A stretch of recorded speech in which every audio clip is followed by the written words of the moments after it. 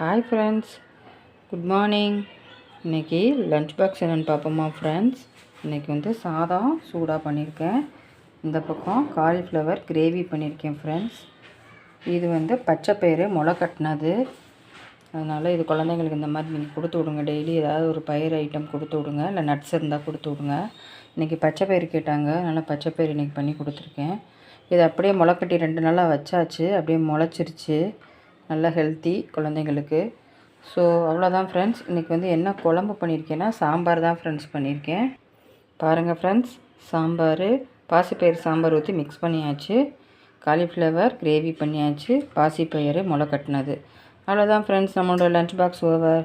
நீங்களும் உங்கள் குட்டீஸ்க்கு என்ன லஞ்ச் கொடுத்து விட்டீங்க அப்படிங்கிறத சொல்லுங்கள் ஃப்ரெண்ட்ஸ். சப்போர்ட் கொடுத்துக்கிட்டே இருங்க ஃப்ரெண்ட்ஸ்.